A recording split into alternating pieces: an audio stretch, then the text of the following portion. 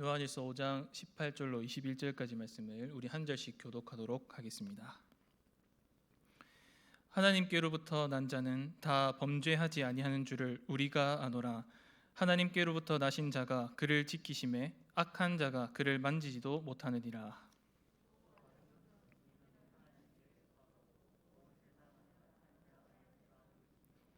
또 아는 것은 하나님의 아들이 이르러 우리에게 지각을 주사 우리로 참된 자를 알게 하신 것과 또한 우리가 참된 자 곧 그의 아들 예수 그리스도 안에 있는 것이니 그는 참 하나님이시요 영생이시라.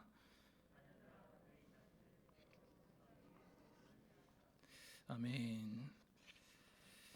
주 예수 그리스도의 사랑하는 성도 여러분, 오늘은 이제 요한일서 마지막 설교입니다. 이 요한일서를 강해한 지 제가 세알려 보니까 어느덧 1년 4개월이라는 시간이 흘렀습니다.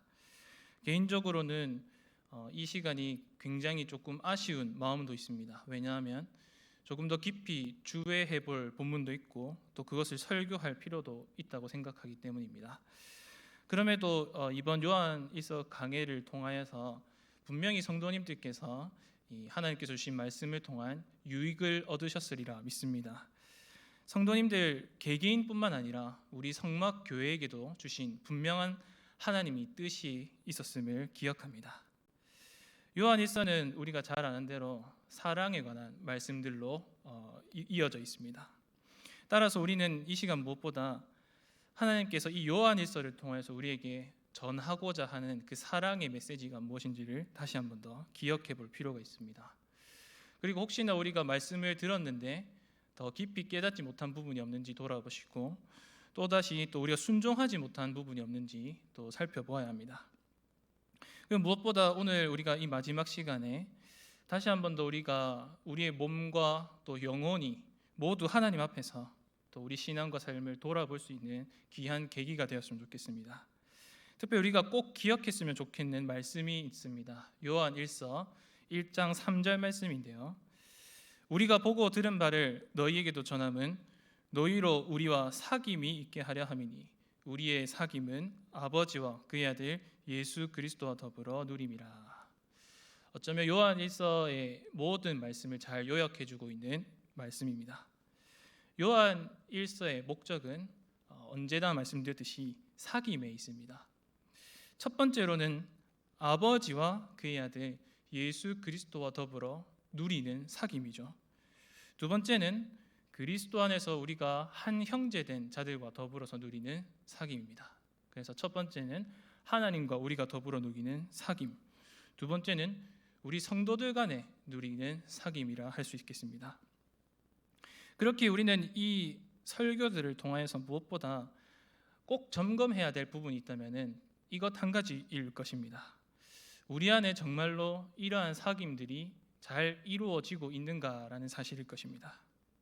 우리 안에 정말 하나님과 더불어 누리는 사귐이 우리 삶 속에 잘 있는가 살펴보셔야 되고 우리 안에 다른 지체들을 향한 사랑이 있는지를 돌아보셔야 되는 것이죠. 이게 지금까지 요한일서를 1년 3개월 동안 했던 목적입니다. 그래서 오늘 말씀을 통해서 이 마지막 설교를 통해서 우리가 다시금 물어볼 것은 결국엔 이것 한 가지입니다.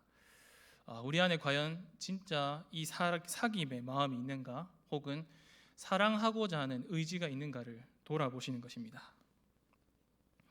저는 오늘 설교를 준비하면서 문득 이런 생각을 가져보게 되었습니다. 저도 어릴 적부터 이 모태 신앙으로 자랐기 때문에 늘 성경 말씀을 가까이 두고 살았습니다. 그러나 성경을 정말 제대로 읽기 시작한 것은 20살이 지난 이후부터였던 것 같습니다. 그전에는 사실상 성경을 제대로 읽지 못하였던 것이죠. 그런데 제가 성경을 아예 읽지 않은 것은 아닙니다. 표면상 성경을 읽었고 또 어린이 대회 같은 데 나가서 성경 암송상도 받기도 했습니다. 그러나 어릴 적 성경을 읽을 때는 가끔씩 이런 생각을 해보곤 했던 것 같습니다. 내가 지금 성경을 읽고 있는데 분명히 똑같은 한글인데 왜 이렇게 성경은 다른 교과서보다 어려울까라는 이런 생각을 했던 것 같습니다. 아마도 성도님들께서도 이런 생각은 성경을 처음 접하셨을 때부터 아마 해보셨을 것 같습니다. 성경을 처음 읽을 때 우리가 느꼈을 그 당혹감이란 것을 우리는 절대 잊지 못할 것입니다. 오늘 말씀의 제목처럼 성경이 수수께끼처럼 여겨지는 것이죠. 좀처럼 풀리지 않는 수수께끼처럼 우리에게 다가오는 것입니다. 어떤 분들은 신앙생활을 10년, 20년, 30년 해도 성경이 풀리지 않는다고 말씀하십니다. 똑같은 질문은 10번, 20번, 100번 해도 모르겠다고 하시는 분도 계십니다. 그만큼 성경은 알다가도 모를 책입니다. 그런데 요한일서도 마찬가지인 것 같습니다. 제가 이 말씀을 준비하면서 밤에 그냥 가만히 생각해 봤습니다. 내가 어떻게 요한일서 말씀을 강의했지? 그냥 문득 그런 생각이 들었습니다. 왜냐하면 이 성경은 쉬운 것 같은데 너무 어려운 말씀들로 나타나기 때문입니다. 사실 이 성경책 중에서도 요한일서는 그래도 쉬운 성경책에 해당합니다. 가장 쉬운 헬라어 문체와 단어를 가진 성경책입니다. 그래서 신학대학원에 입학하면 처음 헬라어를 배울 때 맨 먼저 배우는 성경 본문이 요한일서이기도 합니다. 그런데 막상 이 요한일서를 헬라어로 말고 한글로 한번 쭉 1장부터 5장까지 다시 한번 읽어보십시오. 무슨 느낌이 드는가 하니 도무지 이해 못할 수수께끼처럼 여기십니다. 모두 알아듣지 못할, 이해하지 못할 암호처럼 여겨지기 마련입니다. 예를 들어서 우리가 설교를 안 들었다는 가정하에서 오늘 본문 한번 보신다고 생각해 보십시오. 18절 말씀에 보면은 하나님께로부터 난 자가 등장하고 나신 자도 등장하죠. 이어서 악한 자가 등장하고 참된 자도 등장합니다. 21절에는 우상이라는 것도 등장합니다. 전부 다 우리가 삶 속에서 쓰지 않는 말들입니다. 그리고 이러한 종류의 단어들은 요한일서에 연거푸 계속 등장합니다. 성경을 읽어보시면 아시겠지만 이런 말들을 접할 때 우리는 주석서나 설교의 도움을 받지 않으면 도무지 해석할 수 없는 이해 못할 이야기들로 나타나는 것을 알게 됩니다. 성경을 처음 읽는 분들은 더더욱 그럴 것입니다. 이 성경이 수수께끼처럼 다가온 것이죠. 풀리지 않는 것입니다. 그래서 오늘날 많은 분들은 이 어려운 성경책을 해석하기 위해서 성경 학원에 등록합니다. 신학교가 아니고 성경 학원이죠. 요즘은 유튜브에서도 많은 이런 콘텐츠가 개발되어 그런 공부를 하는 분들도 계십니다. 이 수수께끼 같은 성경을 이해하고 파악하고 분석하기 위해서 열심히 공부하시는 분들이 정말 많습니다. 그리고 이처럼 꾸준히 성경을 읽고 열심히 공부하게 되면은 어느 순간부터 성경 말씀이 빛처럼 우리에게 다가올 때가 있습니다. 그전에는 어둠처럼 깨달아지지 못했던 이 말씀이 빛처럼 우리에게 다가와서 기쁨을 주는 순간이 올 수도 있습니다. 그러나 제가 지금 말씀드리고 싶은 이것은 사실 조금 더 다른 차원에 있는 문제입니다. 그냥 단순히 성경을 열심히 읽고 공부해서 우리의 신앙이 성장한다라는 것의 문제가 아닙니다. 사실 제가 말씀드리고 싶은 것은 단도직입적으로 말씀드려서 우리가 아무리 열심히 성경을 읽고 신학원에 가고 공부를 열심히 해도 정작 우리 삶은 잘 바뀌지 않는다는 이 부분을 말씀드리고 싶습니다. 성경을 아무리 열심히 읽어도 여전히 하나님을 알지 못하고 여전히 교회 안에 한 형제들을 미워하는 그런 경우가 우리 안에 덜어 발생한다는 것이죠. 물론 이런 경우는 꼭 우리 안에서만 발생하는 것은 아닙니다. 전반적으로 이것은 이런 현상은 나타나는 법이죠. 예를 들어서 우리 중에 이 교계 안에 성경 박사라고 불리는 분들이 계십니다. 이 성경 박사라는 분들은 보통 이런 분들이죠. 신학교 교수님들이나 혹은 교회에서 아주 저명한 목사님들일 것입니다. 그 말대로 그 이름대로 우리보다는 성경을 더 많이 잘 알고 계시는 분들입니다. 그런데 이러한 분들조차도 사실은 어떤 것 같습니까? 이분들도 아무리 성경을 많이 알고 아무리 말씀에 능통하여도 정작 하나님을 알지 못하고 또 도리어 형제를 미워하며 살아가는 경우를 많이 보게 됩니다. 그래서 우스갯소리로 실제로 이 교수님들이나 목사님들을 사석에서 만나게 되면 주로 하는 말들이 있습니다. 우리가 뭐 평범한 사람들도 그렇고 사실은 교수님들이나 목사님들도 사람들입니다. 그래서 사석에 가게 되면은 좀 마음이 풀어지는 경향이 있죠. 그래서 그러한 자리에서는 보통 아무리 뛰어난 교수님들이라도 동료 교수들을 욕할 수도 있고, 아무리 저명한 신앙 좋은 목사님들도 어떨 때는 자신을 속썩이는 성도님들을 또 미워하는 마음을 가지고 원망할 때도 있습니다. 물론 다 그런 것은 아니겠죠. 근데 가끔씩 사석에서 이런저런 얘기를 하다 보면은 자기도 모르게 속마음을 털어놓게 되면서 전혀 형제를 사랑하지 않는 것 같은 말을 내뱉을 때가 있다는 것입니다. 지금 제가 이것을 말씀드리는 것은 이분들을 비판하기 위함이 절대로 아닙니다. 오히려 우리 안에서 성경 박사라고 불리는 사람들조차도 이러한 문제에 빠져 살아갈 수 있다는 것을 말씀드리기 위함입니다. 그리고 이러한 문제는 비단 어제 오늘만의 문제가 아니죠. 흔히 자녀들 중에 신앙이 자라지 못하는 자녀들 때문에 고민하시는 부모님들 계십니다. 그리고 그런 분들 중에서 어떤 분들은 혹시나 자녀를 신학교에 보내게 되면은 조금 상황이 좋아지지 않을까 싶어 하시는 분들도 계십니다. 근데 정말 송구한 말씀이지만 이런 이유 때문에 신학교를 입학하게 돼도 자녀들은 사실 상황이 잘 바뀌지 않습니다. 물론 예외가 있을 수 있는데 제가 목격한 바로는 거의 바뀌는 경우는 잘 없는 것 같습니다. 오히려 졸업할 때쯤 되면 이 친구들은 이제 자유의 몸이 됐다 이렇게 하면서 더욱더 철저한 불신자로 남게 되는 경우를 많이 보게 되었습니다. 그리고 또 반대의 경우도 있습니다. 처음 신학교에 입학할 때 누구보다 열정적인 신학생들이 있습니다. 누구보다 주님을 사랑하고 누구보다 교회에 헌신하는 그런 분들이 계십니다. 그런데 정작 신학교에서 3년 동안 4년 동안 이렇게 성경을 배우면은 머리가 커져가는데 그 처음의 마음을 잃어버리고 가슴이 점점 차갑게 식어지는 분들이 있습니다. 그래서 졸업할 때쯤 되면 대개는 교회에 대한 어떤 비판의식만 높아지고 정작 주님을 사랑하고 형제를 사랑하는 그 마음이 완전히 사라지는 경우가 굉장히 빈번하게 일어납니다. 이러한 일들은 사실 너무 현실적인 문제입니다. 신학교를 가면은 누구나 이러한 현상들을 보게 됩니다. 정말 아이러니한 일이죠. 성경을 읽고 공부하고 집중해서 연구하는 그런 사람들이 당연히 신앙이 좋아질 거라고 생각하는데 정작 현실은 다르다는 것입니다. 그런데 이러한 문제에 관하여서 과연 우리는 자유로울 수 있을까요? 성도님들께서는 얼마나 이 문제를 진중하게 바라보십니까?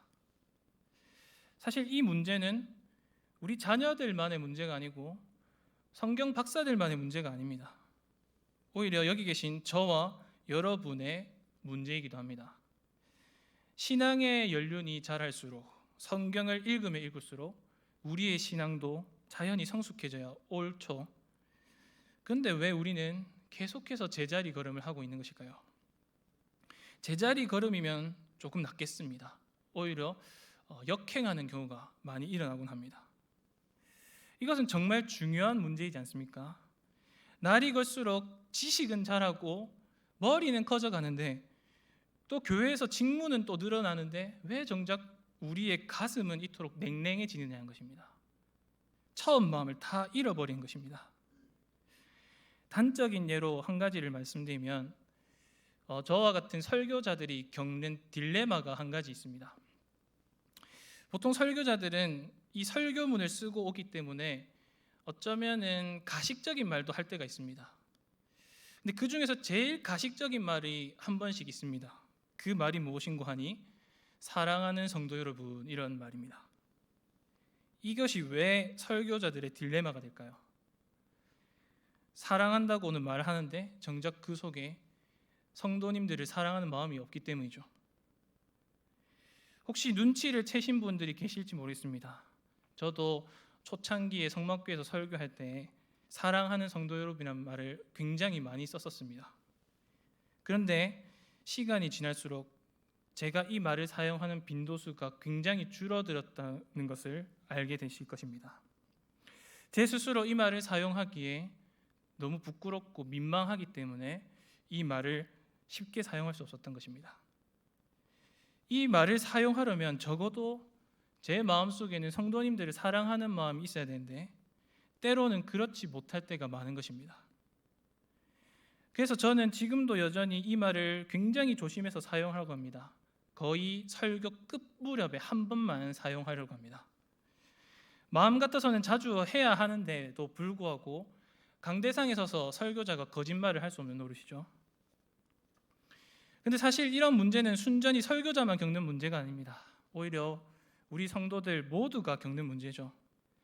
하나님을 사랑한다고 고백하는데 정작 주변의 다른 것들을 더 사랑할 때가 많고, 교회 안의 형제들을 사랑한다고 하는데 정작 전혀 그런 모습이 보이지 않는 우리의 모습을 발견하게 됩니다. 그런데 어떻게 우리가 사랑한다 말할 수 있겠습니까? 이것이 딜레마죠. 사랑한다고 하는데 정작 우리 마음은 너무도 차갑게 냉랭하게 식어져 버리는 것입니다. 그래서 하나님을 사랑한다 해도 정작 하나님을 찾지 않고, 형제를 사랑한다 해도 정작 형제들의 모임에 참여하지 않는 경우가 빈번한 것입니다. 그렇다면 성도 여러분, 이러한 문제는 왜 계속해서 우리에게 반복해서 일어나고 있는 것일까요? 우리는 왜 이 굴레를 벗어나지 못하고 있을까요? 성경을 읽고 신앙이 연륜이 찰수록 신앙이 성장해야 하는데도 불구하고 조금도 나아질 기미가 보이지 않는데 우리는 이 굴레에서 어떻게 빠져나올 수 있겠습니까? 요한일서는 지금껏 이에 관하여서 우리에게 많은 대답을 주었습니다. 그리고 오늘 본문에서도 또다시 우리에게 이 해답을 제시합니다. 본문 20절 말씀을 한번 보십시오. 또 아는 것은 하나님의 아들이 이르러 우리에게 지각을 주사 우리로 참된 자를 알게 하신 것과 또한 우리가 참된 자 곧 그의 아들 예수 그리스도 안에 있는 것이니 그는 참 하나님이시오 영생이시라. 여기서 요한 사도는 우리에게 이 굴레를 벗어날 수 있는 해답을 제시합니다. 그것이 바로 무엇입니까? 하나님의 아들이 우리에게 이르렀다라는 사실입니다. 이것은 제가 너무 많이 강조해서 말씀드렸기 때문에 더 추가적으로 말씀드릴 필요가 없는 문제입니다. 그러나 딱 한 가지를 먼저 짚고 넘어가 보겠습니다. 우리 주 예수 그리스도 하나님의 아들이 우리에게 오셨습니다. 이르렀다라는 표현이 오셨다라는 표시죠. 근데 여기서 이르러 혹은 오시어라는 표현은 헬라어로 표현은 현재용 동사라는 것입니다. 굳이 문법을 자세히 설명할 필요는 없지만 이 단어만큼은 중요합니다.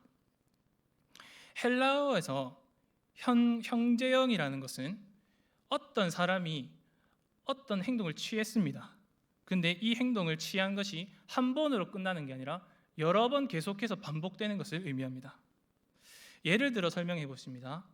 어떤 학생이 학교를 다닙니다. 근데 학교를 다닌다는 것은 딱 한 번만 학교를 가는 것입니까? 아니죠. 졸업할 때까지 끝까지 지속적으로 학교를 오고 가는 행동이 있는 것입니다. 마찬가지로 하나님의 아들이 우리에게 오셨다는 것은 지속적으로 반복되는 행동을 의미합니다.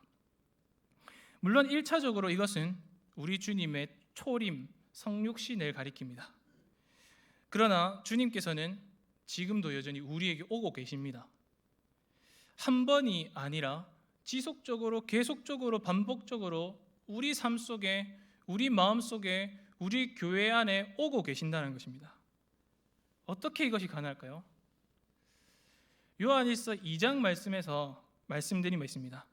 진리의 영이신 성령님께서 우리에게 오실 때에 그리스도의 영으로서 우리 안에 오신다라고 말씀드렸습니다. 우리 안에 내주하시는 성령님께서 우리 안에 오실 때에 그리스도의 영으로 오셔서 주님이 마치 우리 안에 거하시는 것처럼 하신다라고 말씀하는 것이죠. 그러면서 주님께서 우리 안에 지속적으로 거하시고 내주하시면서 하는 일이 있습니다. 당신의 구원을 계속해서 우리 안에서 전진시켜 나가시는 것입니다. 이것을 가르쳐 준 게 요한일서 2장의 말씀이었습니다. 근데 오늘 본문에서는 우리가 또 주목해야 할 또 다른 굉장히 흥미로운 사실이 있습니다. 하나님의 아들이 우리에게 오시는데, 계속해서 오시는데 우리에게 오셔서 우리 안에서 하시는 일이 있다고 말씀하는 것이죠. 그것이 무엇입니까? 뒷부분을 보십시오. 하나님의 아들이 오셔서 이르러 우리에게 지각을 주신다라는 것입니다. 우리에게 지각을 주시는 일을 하십니다. 여기서 우리는 1차적으로 이 지각이라는 것이 무엇인지를 생각해 봐야 되겠죠. 지각이라는 것은 사전에서는 이렇게 정의를 내리고 있었습니다. 사물의 이치나 도리를 분별하는 능력이다. 우리가 어떤 사물을 볼 때에 이 사물이 무엇인지를 판단하는 지적인 능력을 가리켜서 지각이라고 합니다. 그리고 이 지각이란 것은 당연히 우리 머릿속에서 이루어지는 일이겠죠. 우리가 머리를 쓴다 이렇게 표현하지 않습니까? 뭐를 계산할 때나 무언가 머리 책을 읽을 때, 공부를 할 때 머리를 쓴다 하는데 이것이 바로 지각하는 것입니다. 예를 들어서 하늘을 나는 새가 있으면 이 새가 어떤 종류의 새인지를 우리가 판단하고자 합니다. 이때 우리는 무수히 많은 지각 능력을 사용합니다. 새의 색깔이 무엇이고, 새의 날개가 어떻게 생겼고, 또 새의 부리가 어떻게 생겼는지 판단하면서 이 새의 종류가 무엇인지를 또 우리가 판단하는 것이죠. 이러한 지각 능력은 굳이 말하자면 우리 인간 신체 중에서도 우리 두뇌가 하는 일입니다. 우리 머리가 하는 일이죠. 현대 심리학자들은 보통 우리의 지적 능력은 오직 우리의 머리가 하는 일이라고 주장합니다. 모든 판단의 근거는 우리 머릿속에서 나타나는 것이죠. 그래서 뭐라고 주장하느냐? 공부를 열심히 하면 지적 능력이 자란다라고 주장하는 것이죠. 이러한 점에서 본문이 말하는 지각은 흔히 우리가 머릿속으로 공부를 열심히 하면 이것이 자라난다고 오해하기 쉽게 이해됩니다. 그러나 오늘 본문이 말씀하는 이 지각이란 것은 사실 이것과는 전혀 다른 의미를 가진 표현입니다. 이 성경에서 지각이라는 말을 가장 잘 압축하여 설명해 주는 성경 구절이 한 가지 있습니다. 마태복음 22장 37절 말씀입니다.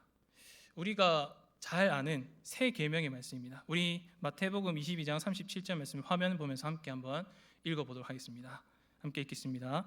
예수께서 이르시되 내 마음을 다하고 목숨을 다하고 뜻을 다하여 주 너의 하나님을 사랑하라. 여기서 지각이 어디 있을까요? 똑같은 단어가 있습니다. 밑줄 그어져 있는지 모르겠는데 뜻이라는 단어입니다. 이것이 헬라어 단어로는 똑같은 단어인데 이상하게 우리 성경에서는 번역을 다르게 했습니다. 그래서 이것을 요한 1서에 맞추어서 번역해 보겠습니다. 예수께서 이르시되 내 마음을 다하고 목숨을 다하고 지각을 다하여 주 너희 하나님을 사랑하라, 이렇게 말씀하는 것이죠. 표현이 달라지죠. 그리고 지각이라는 단어의 의미도 결정됩니다. 어떻게 결정될까요? 앞서 말씀드렸듯이 지각이라는 이 단어는 우리에게는 어떻게 통용되느냐 했을 때 어떤 특정한 사물을 대상으로 삼아서 이것을 연구하고 분석하고 파악하는 능력으로 치부했습니다. 그런데 마태복음 22장에서 이 지각은 누구를 대상으로 삼고 있습니까? 하나님을 대상으로 삼고 있습니다. 그런데 이 지각이 지금 하나님을 분석하고 있습니까? 하나님을 판단하고 있습니까? 하나님을 연구하고 있습니까? 그것이 아니죠. 하나님을 사랑하는 것입니다. 성경에서 말하는 지각이 행하는 마땅한 임무는 무엇이냐 했을 때 그것은 바로 주 너의 하나님을 사랑하는 것입니다. 하나님을 연구하고 분석하고 판단하고 정대하는 것이 아니라 이 지각을 통하여서 우리가 하나님을 사랑하게 되는 것입니다. 우리가 이 지각을 사용하는 목적은 단순하게 성경을 공부하고 읽고 연구하고 파악하고 해부하는 게 아니라 그 안에 담겨있는 하나님을 우리가 사랑하게 되는 것이고 뜨겁게 열정적으로 섬기게 되는 것이라고 지금 말씀하는 것입니다. 이게 우리가 매주일 거듭해서 저녁 예배 시간마다 말씀을 읊는 새 계명의 말씀이죠. 하나님을 사랑하라. 이것을 지각이 해내는 것입니다. 현대인들은 지각이라는 것을 우리 인간의 두뇌가 하는 일이라고 생각합니다. 우리의 머릿속이 하는 것이죠. 그래서 어떻게든지 공부를 열심히 하고 어떻게든지 자녀들을 억지로 공부시켜서 이 지적 능력을 발달시켜서 무언가 성공해야 된다, 무언가 지적인 능력을 발휘해야 된다라고 생각합니다. 맞는 말 같습니다. 그런데 딱 한 가지 예외 사항이 있습니다. 우리의 두뇌가 하지 못하는 일이 있다는 것이죠. 우리의 지적 능력이 할 수 없는 일이 있다는 것입니다. 우리가 아무리 두뇌를 발달시키고 우리의 지적 능력을 향상시켜도 하지 못하는 일이 있다는 것입니다. 그것이 무엇입니까? 바로 하나님을 사랑하는 것입니다. 하나님을 사랑하고 또한 우리 이웃을 사랑하는 것, 이것은 우리가 우리의 머리를 크게 만든다고 해서 되는 일이 아니라는 것입니다. 그렇다면 우리는 어떻게 과연 사랑할 수 있을까요? 어떻게 하나님과 우리 이웃을 사랑할 수 있습니까? 그거는 우리 머리가 하는 게 아니라 우리 가슴이 해야 되는 일입니다. 우리 마음에서부터 우리 주님이 주시는 이 지각이 발휘될 때야 우리가 하나님과 이웃을 사랑할 수 있다는 것입니다. 바꿔 말해서 우리는 머리로서 사랑하기 이전에 먼저 우리 가슴으로부터 사랑하는 법을 배워야 하는 것입니다. 오늘 말씀이 우리에게 알려주는 바가 이것이지 않습니까? 하나님의 아들이 오셨는데 우리에게 지각을 주셨다. 이 지각을 통해서 우리가 하나님을 사랑하고 참된 자를 깨닫고 우리가 이웃을 사랑하는 법을 배우게 된다. 그런데 이 지각이 도대체 우리 안에서 어디에 거처를 마련하게 됩니까? 우리의 머리가 아니라 먼저는 우리의 영혼이고 우리의 마음이고 우리의 가슴이 먼저 우리로 사랑할 수 있도록 이 지각이 일한다는 것입니다. 성도 여러분, 우리는 왜 신앙의 연륜이 찰수록 그리고 성경을 많이 읽을수록 도리어 가슴이 차가워질까요? 물론 우리의 머리는 잘할 수 있습니다. 그런데 왜 우리의 가슴은 이토록 냉혈하리만치 차가워질까요? 이러한 현상은 절대 일부 성도님들만의 문제가 아닙니다. 우리 모든 신자들이 겪는 문제입니다. 남녀노소 가릴 것 없이 우리 모두가 신앙생활을 하면 할수록 머리는 커져가는데 정작 우리의 가슴은 마치 심장이 멎은 것처럼 가만히 있게 된다는 것이죠.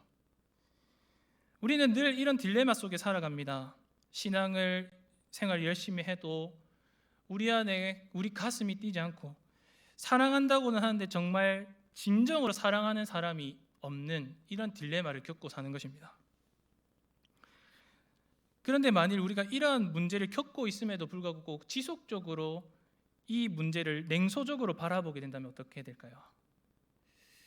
지금껏 요한일서 말씀을 통해서 계속해서 말씀드렸지만 이런 냉소적인 태도를 가지고 신앙생활하는 사람을 일컬어 요한 사도는 거짓말쟁이요, 외식자요, 범죄자요, 분리주의자라고 경고합니다. 설교의 서론에서도 말씀드렸듯이 요한일서의 목적은 우리 안에 사귐이 있는 것입니다.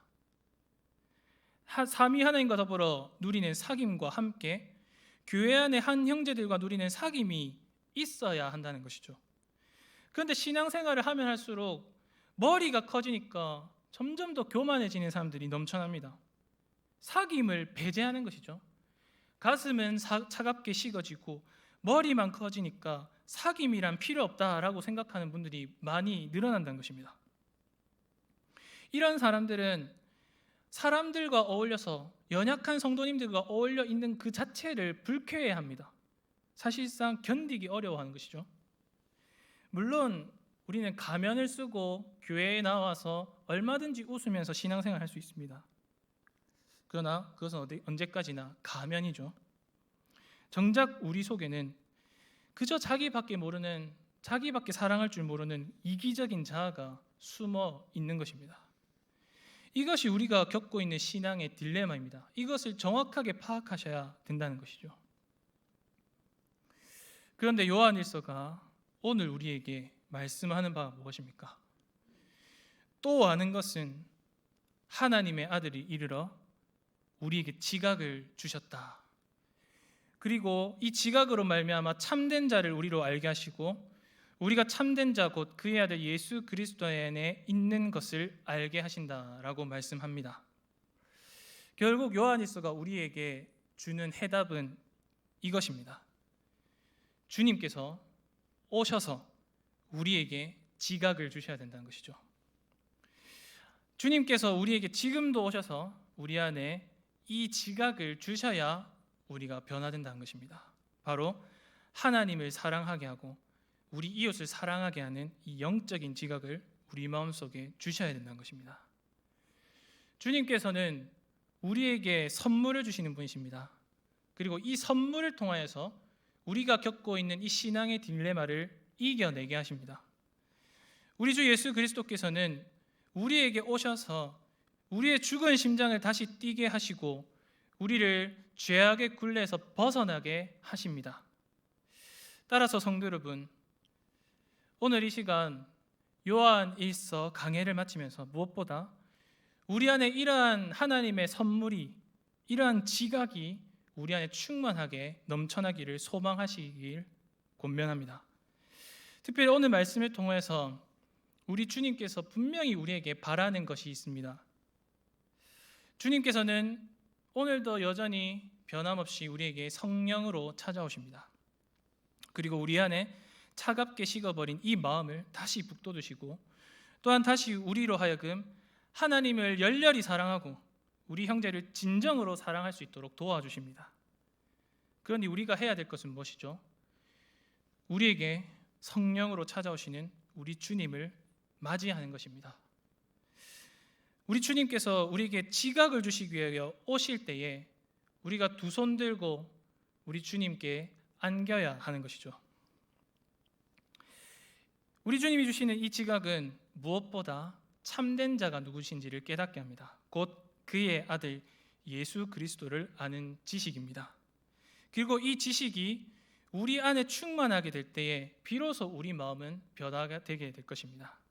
주님을 알수록, 주님을 경험할수록 우리 안에는 사랑이 올라올 수밖에 없는 것이죠. 따라서 이 시간에 우리는 무엇보다 최우선적으로 우리가 하나님을 올바로 알 수 있도록 우리 주님을 아는 지식이 우리 마음 가득하게 충만하기를 기도할 수 있어야 됩니다. 특별히 여기 계신 성도님들께 마지막으로 당부드리고 싶은 말씀이 있습니다. 앞으로도 계속해서 우리 교회를 위해서 기도하실 때에 무엇보다 이렇게 기도했으면 좋겠습니다. 우리 성막교회가 다른 건 몰라도 정말 진정으로 하나님을 사랑하는 공동체가 되게 해달라고 기도했으면 좋겠습니다.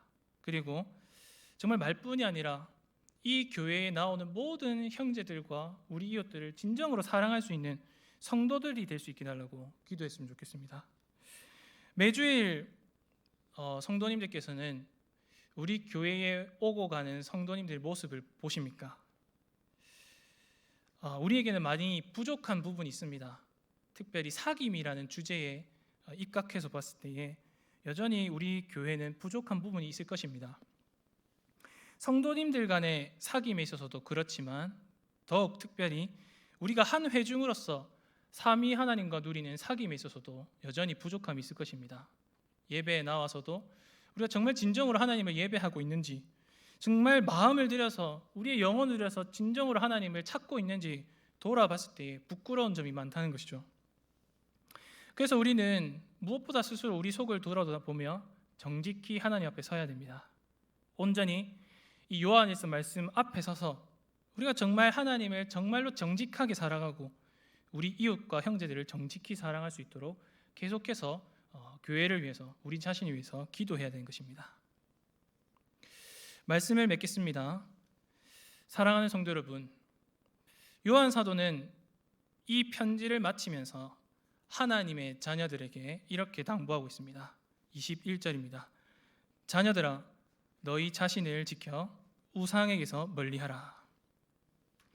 이것은 어쩌면 뜬금없는 결말일지 모르겠습니다. 그런데 이 결말만큼이나 지금 우리에게 가장 적실한 당부는 없을 것입니다. 너희는 너희 자신을 지켜 우상을 멀리하라. 우리는 다 알고 있죠. 우리가 아직까지 하나님을 사랑하지 못하는 이유가 무엇인지, 아직까지 우리가 우리 이웃을 사랑하지 못하는 이유가 무엇인지 잘 알고 있습니다. 그렇기 때문에 요한 사도는 촉구합니다. 우리가 하나님을 대신하여 모조품으로 만든 이 우상들을 버리기를 촉구하는 것이죠. 최후의 날 하나님의 심판대 앞에서 모두 썩어져 없어져 버릴 이 우상들을 버릴 수 있기를 촉구하는 것입니다. 그리고 요한 사도는 우리에게 요구합니다. 오직 하나님만 사랑하기를, 오직 우리 주 예수 그리스도 안에서 형제들을 사랑하기를 촉구하고 있습니다. 그러니 이 시간 성도 여러분께서는 무엇보다 이 말씀에 따라서 오직 우리 주 하나님만 사랑하시기를 바랍니다. 오직 우리 주 예수 그리스도만을 사랑하시기를 바랍니다. 또한 더불어서 우리 주 예수 그리스도 안에서 한 형제된 성도님들을 사랑하시기를 바랍니다. 용서하시길 바랍니다. 말과 혀로만이 아니라 행함과 진실함으로 그렇게 하시기를 권고합니다. 그래야 해서 우리 주님께서 다시 오시는 그 최후의 날에 우리 주님 앞에서 지금껏 나타냈던 이 사랑을 통하여 담대하게 우리 아버지 품으로 나아가시는 성도님들 되길 소망합니다.